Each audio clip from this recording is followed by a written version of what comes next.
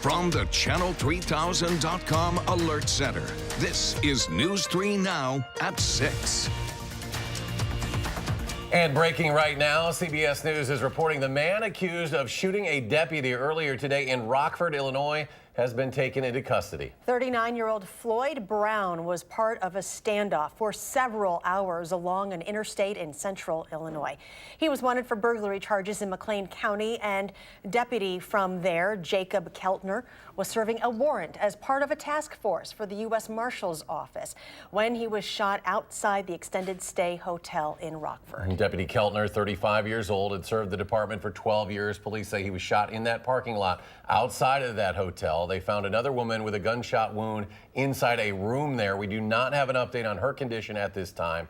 We also know police did not fire any shots during their encounter with Brown at the hotel. Those near the shooting today say the situation played out quickly. Our Adam Duxter joins us from Bell School Road outside of the extended stay hotel with how this all went down. Adam?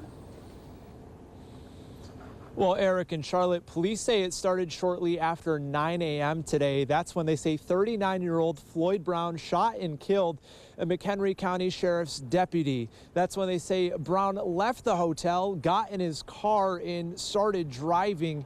Illinois State Police shortly later assisted in locating Brown along I-55 south of Rockford. Those who were near the situation as it was happening say it was difficult to tell what was going on, even in real time. I was coming to get ready for work, and next thing you know, all these police cars are just flying past us and things like that. Not thinking anything would happen or anything crazy's happened. Maybe it was an accident or something. But then got closer and closer to the hotel, and then I realized there was a lot more police. So we were like, hey, let's check Facebook. And lo and behold, there was a shooter. Authorities say Brown had a detailed criminal history prior to this, with warrants out for his arrest in multiple counties across the state of Illinois. Still a heavy police presence tonight along Bell School Road across from the extended stay American Hotel here in Rockford. Police saying they're in the very beginning portions of their investigative process and that it is still too early to tell what a motive could have been in this situation. All right, Adam, thank you very much. We want to mention Rockford Police will be holding a press conference shortly. We will go to that as soon as it begins. Let's go to weather now, and for that, we're going to turn to Chief Meteorologist Gary Canolti for a look at your first alert forecast. Gary? Charlotte, things pretty quiet out there right now, but we have the possibility for a little bit of light snow tonight and then a bigger storm system for the weekend. On Doppler track, you can see some light snow passing to our south. There might be a little bit that reaches southern Wisconsin later on tonight and perhaps produces a dusting to up to an inch of snow in some areas. Low temperatures were very cold last night. Here in Madison, we're just above 0 at 2 degrees, but to our north and west, temperatures were below 0. And high temperatures today in the lower to middle 20s, a good 15 to almost 20 degrees below average. Current temperatures now are right around 20, give or take a degree or two. And by tomorrow morning, we'll be in the middle teens as skies turn cloudy. Again, some light snow possible late tonight, and then some sunshine returning tomorrow afternoon with our high temperature around 35. That's your News 3 Now First Alert forecast. All right, Gary, thank you very much. A man accused of killing a Lake Mills firefighter who had stopped to assist a motorist along the Beltline on New Year's Eve was in court today, and the charges have changed for Samuel Kremers. He is facing a different charge now than the one he was originally facing. Our Keely Arthur joins us now with more on the case against Samuel Kremers. Well, Eric, originally Kremers was arrested on a tentative charge of OWI, homicide by drunken driving, but he blew a .079, which was under the legal limit, as you know. Now, so things have changed a little bit. Things have also changed within the Lake Mills Fire Department, where Truman's loss is very much felt.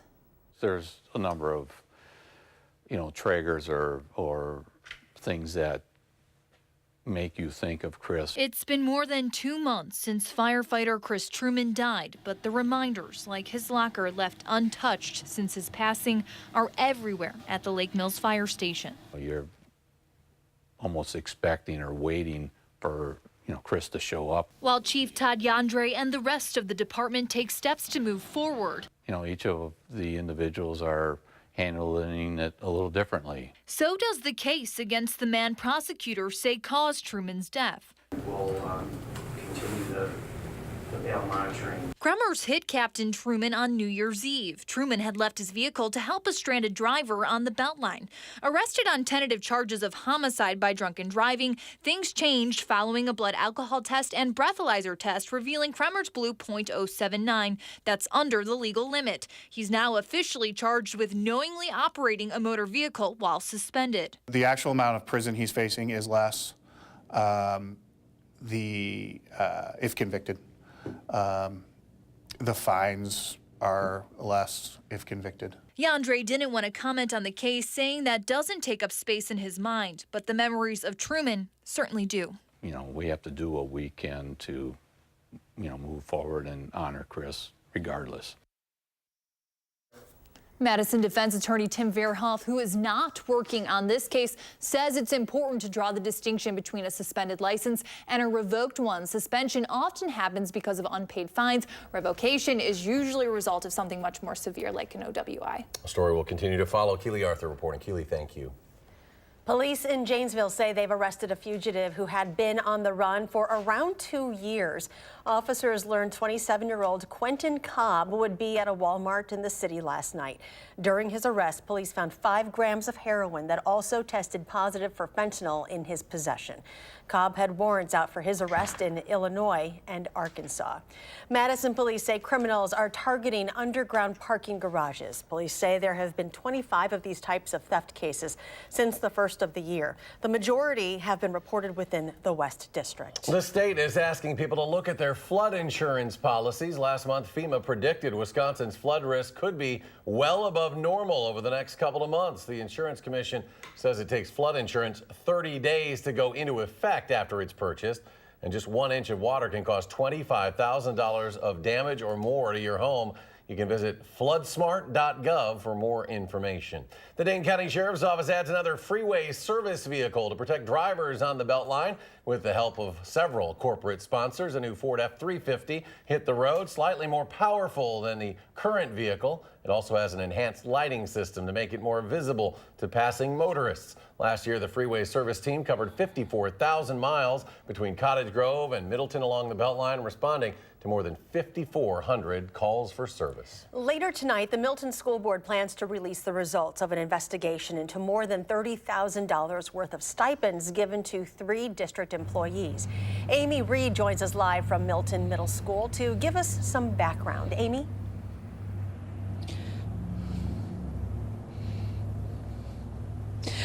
A member of the school board brought this all forward. He alerted a local paper that the president of the school board, Tom Westrick, authorized 2 $10,000 stipends without the board's approval. A man in Milton took out a half-page ad in the paper yesterday. We told you about him yesterday. He's disappointed in the secrecy here, as there isn't good record that these payments were approved. Board President Westrick did apologize that he authorized these stipends, and since then, the board has approved a private company to investigate what went on here. Those are the results we're looking for tonight. Now, there was an additional $10,000 stipend paid to an IT employee for the district, so in total, that's $30,500 given out here without public notice or board approval. And tonight, hopefully, we'll find out a little bit more why and what will happen from here. Back to you.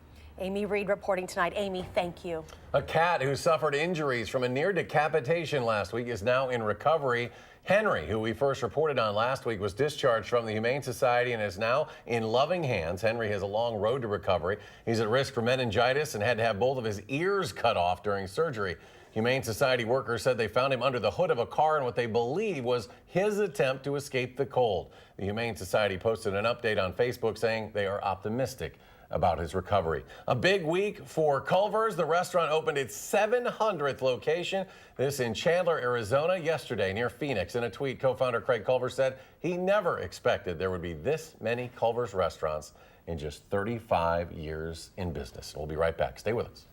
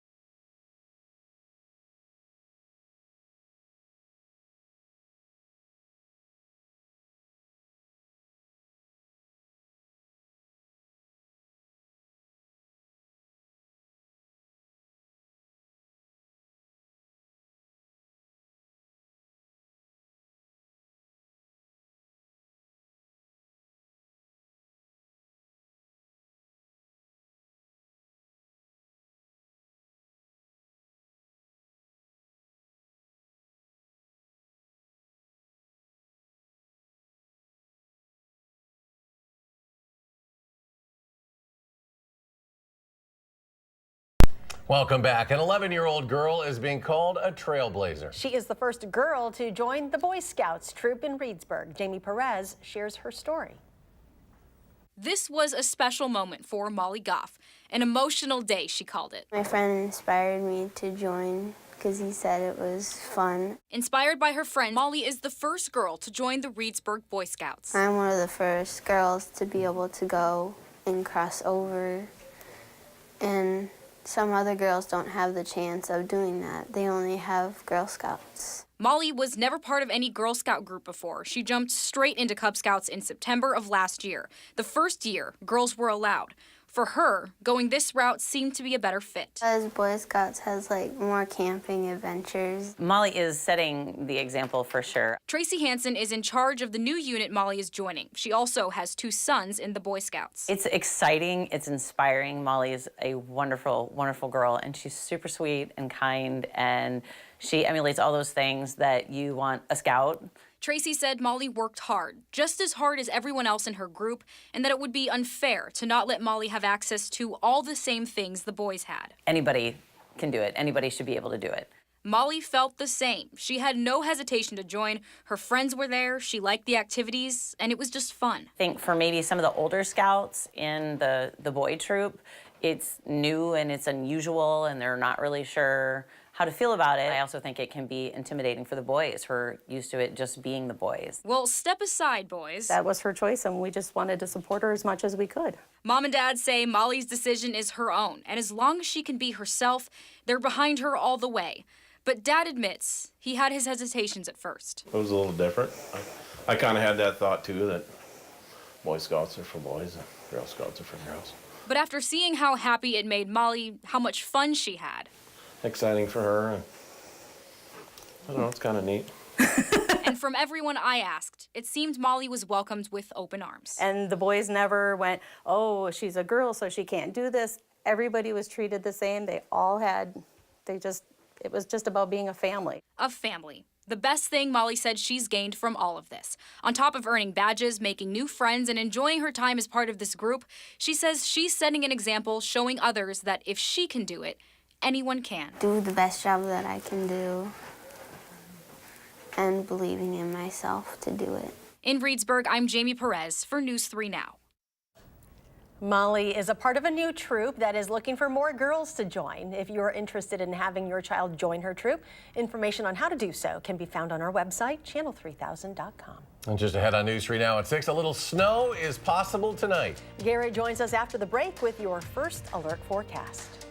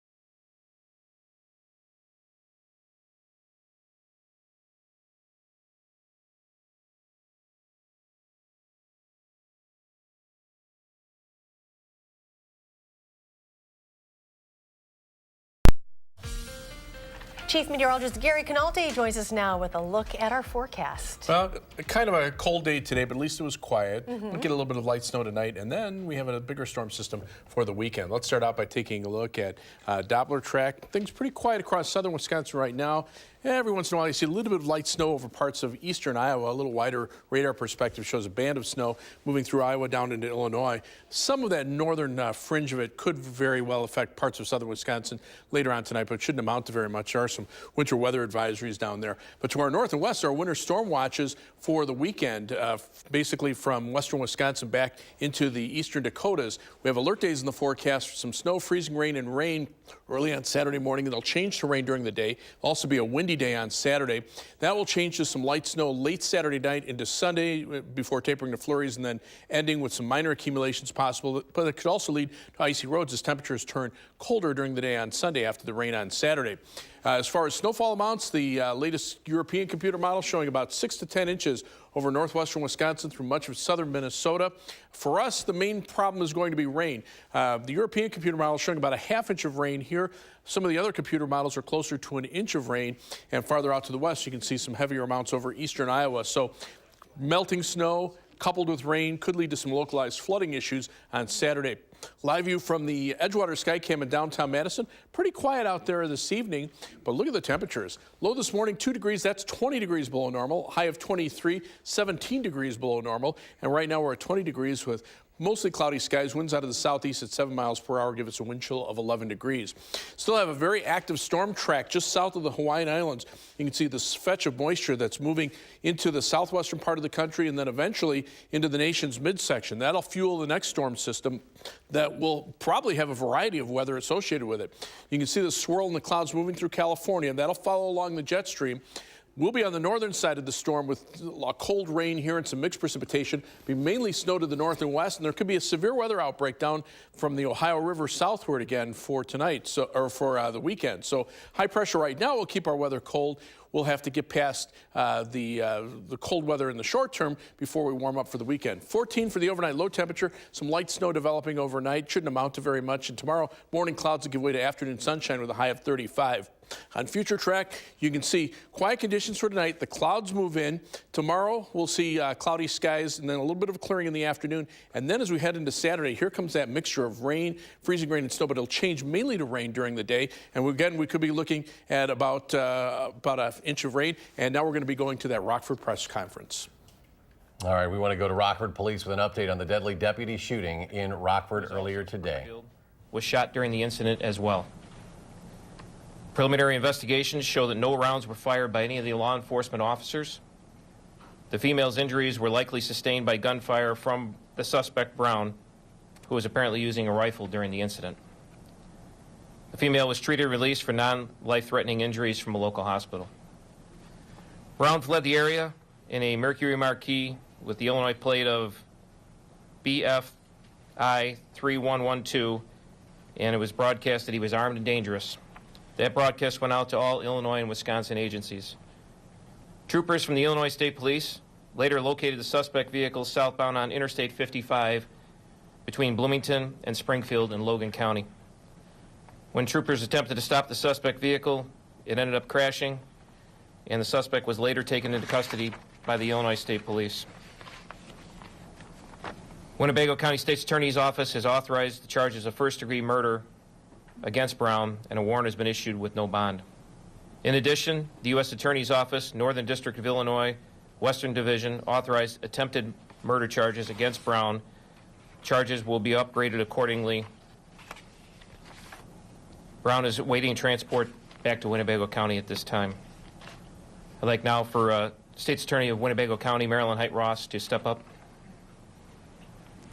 Good evening. Earlier this afternoon, my office issued a warrant for attempted first-degree murder for the officer with a $5 million bond. Upon learning, unfortunately, that the officer had passed away, those charges were upgraded to first-degree murder. They carry a penalty of mandatory natural life in the Illinois Department of Corrections. At this time, we want to thank all of the law enforcement officers that were involved in the capture of Mr. Brown, our law enforcement partners from the state police, so also the local county officers and our officers that are locally here as well that helped this come to a natural ending, taking Mr. Brown into custody without him being harmed by gunfire. And so we certainly appreciate that. The case will move through the system, and so we thank you for being patient with us coming forward this afternoon. And we also send our condolences out to the family of the officer, as well as all law enforcement officers who share in the loss of one of our heroes in blue. Thank you. I'd next ask Branch Chief, U.S. Attorney Maggie Schneider, to step up. Good evening. We have also filed federal attempted murder charges, which, as the chief announced, will be upgraded to federal murder charges. I would also send our thanks to all the law enforcement officers who assisted in the investigation today, and also send our condolences to the family of the officer. We will have copies of our charges available for you today when we conclude this. Thank you. I would next ask Chief Deputy U.S. Marshal Jason Wadillo to step up. Thank you, Chief. Good evening. I do not have plans to discuss the investigation this evening, other than to say that our focus is on taking care of the officers who are on scene, taking care of the family of the deputy sheriff who is deceased, to extend our condolences on behalf of the entire U.S. Marshal Service, and to the sheriff and his department, but not for this combined effort of law enforcement that you see before you today, whose agencies they represent. This would not have come to the conclusion this evening with the apprehension of the fugitive. Again, it's with a heavy heart that I stand here and offer condolences to all law enforcement on the loss of one of their colleagues. Thank you. And next, I ask Sheriff Gary Caruana to step up. Good evening. It's with heavy heart that I want to give my condolences to the family of Jake Kiltner and to my fellow law enforcement agency, McHenry County Sheriff's Office, and Bill Prim.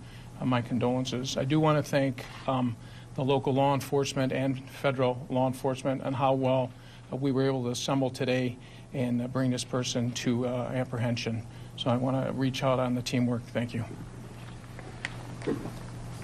And last to speak up, come up here and speak, I'd ask Sheriff Bill Prim from McHenry County to come up. I don't have a lot to add. Jake was a fine young man. He leaves behind a wife, 2 young children, and we're truly going to miss him. We want to let you know you can continue to watch this press conference online live at channel3000.com and also on our News 3 Now Facebook page. We'll have more coverage tonight on News 3 Now at 10. And we'll come back with a final check of your forecast after this.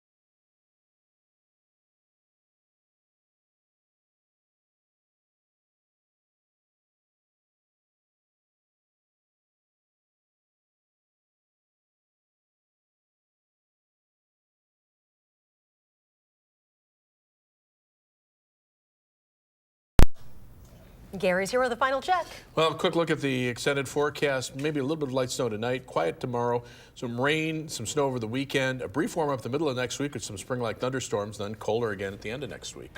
All right, Gary, thank you. Thanks for joining us for News 3 Now at 6. Have a good evening, and we'll see you back here at 10.